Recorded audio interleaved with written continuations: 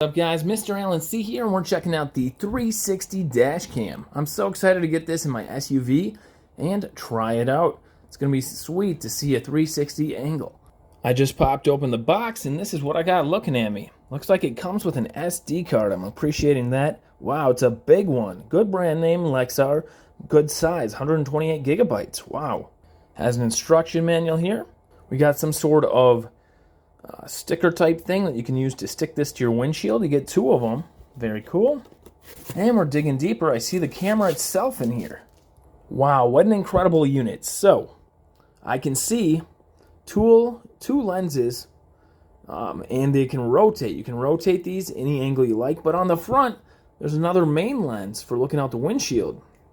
This is cool. You can also rotate these different angles, so whatever you're filming, they got you covered here.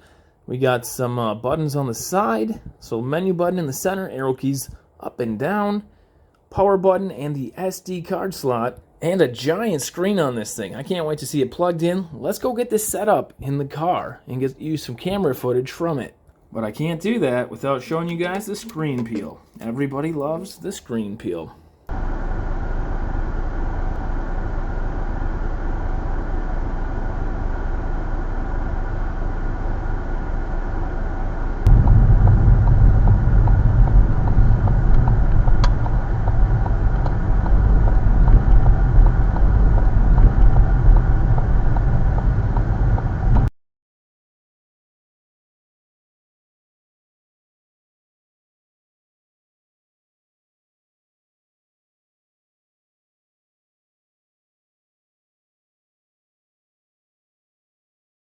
Right, how awesome is this recorder? So we got those rotating cameras right here. We got one on the front, and we got another one we can hook up anywhere we want. It's got a long cord on it, but we can cycle through the different screens here.